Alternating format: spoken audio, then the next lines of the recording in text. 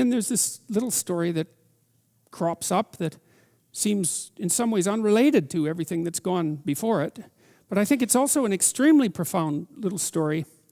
It took me a long time to figure it out. It's the Tower of Babel.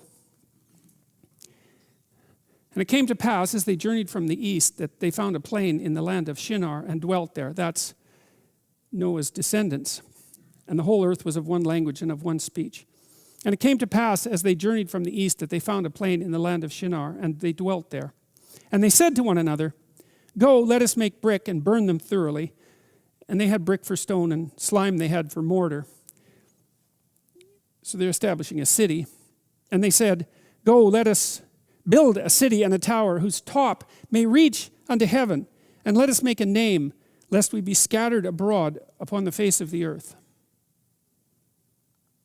And the Lord came down to see the city and the tower which the children of men built. And the Lord said, "Behold, the people is one, and they all have one language, and now this they begin to do. And now nothing will be restrained from them which they have imagined to do. Go to, let us go down and there confound their language, that they may not understand one another's speech." So the Lord scattered them abroad from thence upon the face of all the earth, and they left off to build the city. Therefore is the name of it called Babel, because the Lord did there confound the language of all the earth, and from thence did the Lord scatter them abroad upon the face of all the earth. It's a very difficult story to understand. On the face of it, it doesn't seem to show God in a very good light, although that happens fairly frequently in the Old Testament, as far as I can tell. But, the thing to do, if you're reading in the spirit of the text, let's say, is to remember that it's God that you're talking about. And so, even though you might think that he's appearing in a bad light, your duty as a reader, I suppose, is to assume that you're wrong and that what he did was right. And then you're supposed to figure out, well, how could it possibly be right? Because the axiomatic presupposition is that it's God and whatever he does is right. And you might say, well, you can disagree with that. And it's also the case that some of the people that God talks to in the Old Testament actually disagree with him and convince him to alter his actions. But the point still remains that it's God, and if he's doing it, then by definition, there's a good reason.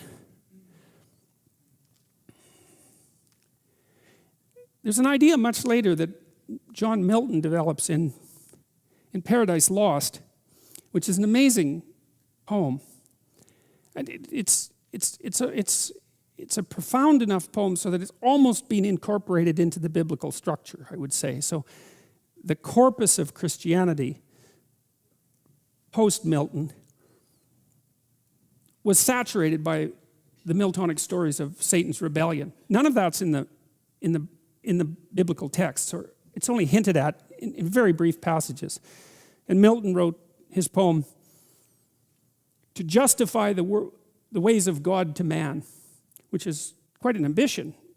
Really, it's an amazing, profound ambition to try to produce something, to produce a literary work that justifies being to human beings, because that's what Milton was trying to do. So one of my readers here sent me a link the other day, or viewers, to a work of philosophy by an Australian philosopher whose name I don't remember, who basically wrote a book saying that being as such, human experience, is so corrupt and so permeated by suffering that it would be better if it had never existed at all. It's sort of the ultimate expression of nihilism. And Goethe in Faust, his Mephistopheles, who's a satanic character, obviously, has that as a credo. That's Satan's fundamental motivation, is his objection to creation itself is that creation is so flawed and so rife with suffering that it would be better if it had never existed at all. And so that's his motivation for attempting to continue to destroy it. In Milton's Paradise Lost, Satan is an intellectual figure. And you see that motif emerge very frequently, by the way, in popular culture. So, for example, in The Lion King, the figure of Scar, who's a satanic figure, is also hyper-intellectual.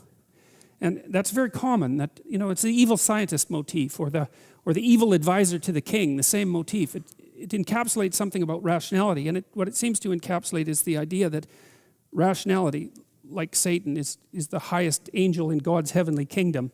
It's a psychological idea, you know, that the most powerful sub-element of the human psyche is the intellect. And it's the thing that shines out above all within the domain of humanity and maybe across the domain of life itself. The human intellect, there's something absolutely remarkable about it, but it has a flaw, and the flaw is that it tends to fall in love with its own productions and to assume that they're total. Solzhenitsyn, when he was writing the Gulag Archipelago, had a warning about that with regards to totalitarian ideology. And he said that the price of selling your God-given soul to the entrapments of human dogma was slavery and death, essentially. And Satan, in Milton's Paradise Lost, Satan decides that he can do without the transcendent, he can do without God, and that's why he foments rebellion. It's something like that. And the consequence of that, the immediate consequence from Milton's perspective, was that as soon as Satan decided that what he knew was sufficient and that he could do without the transcendent, which you might think about as the domain outside of what you know, something like that, immediately he was in hell. And when I read Paradise Lost, I was studying totalitarianism, and I thought, you know, the poet, the true poet, like a prophet, is someone who has intimations of the future. And maybe that's because the poetic mind, the philosophical or prophetic mind, is a pattern detector, and there are people who can detect the underlying, it's like the melody of a nation. Melody as in song, the song of a nation, and can see how it's going to develop across the centuries. You see that in Nietzsche, because Nietzsche, for example, in the around 1860 or so, I mean, he prophesied what was going to happen in the 20th century. He said specifically that the specter of communism would kill millions of people in the 20th century. It's an amazing prophecy. He said that in the notes that became Will to Power. And Dostoevsky was of the same sort of mind, someone who was in touch enough with the fundamental patterns of human movement that they could extrapolate out into the future and see what was coming. And I mean, some people are very good at detecting patterns, you know, and Milton, I think, was of that sort. And I think he had intimations of what was coming as human rationality became more and more powerful and technology became more and more powerful. And the intimation was that we would produce systems that dispensed with God, that were completely rational and completely total, that would immediately turn everything they touched into something indistinguishable from hell. And Milton's warning was, and it's embodied in the poem, is that the rational mind that generates a production and then worships it as if it's absolute immediately occupies hell. So what does that have to do with the Tower of Babel? Well, you know what? Back in 2008, when we had that economic collapse, this strange idea emerged politically, and that was the idea of too big to fail. And I thought about that idea for a long time because I thought, there's something deeply wrong with that. Is one of the things that made Marx wrong was Marx believed that capital would flow into the hands of fewer and fewer people, and that the dissociation between the rich and the poor would become more extreme as capitalism developed. And like so many things that Marx said, it's kind of true. It's kind of true in that the distribution of wealth, and in fact the distribution of anything that's produced, follows a Pareto pattern. And the Pareto pattern basically is that a small proportion of people end up with the bulk of the goods. And it isn't just money. It's anything that people produce creatively ends up in that distribution. And that's actually, the economists call that the Matthew principle, and they take that from a statement in the New Testament, and the statement is, to those who have everything, more will be given, and from those who have nothing, everything will be taken. And it's a map of the manner in which the world manifests itself, where human creative production is involved, and the map seems to indicate that as you start to produce and you're successful, the probability that you will continue to be successful or accelerate increases as you're successful. And as you fail, the probability that you will fail starts to accelerate. So your progress through life looks like this or like this, something like that. And the reason that Marx was right was because he noted that as a feature of the capitalist system. The reason that he was wrong is that it's not a feature that's specific to a capitalist system.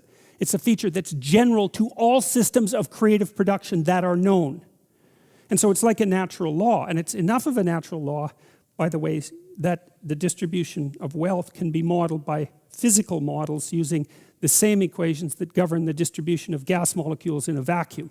So it's a really profound, it's a fundamentally profound observation about the world, way the world lays itself out. And it's problematic because if resources accrue unfairly to a small minority of people, and there's a natural law-like element to that that has to be dealt with from a social perspective, because if the inequality becomes too extreme, then the whole system will destabilize. And so you can have an intelligent discussion about how to mitigate the effects of the transfer of creative production into the hands of a small number of people.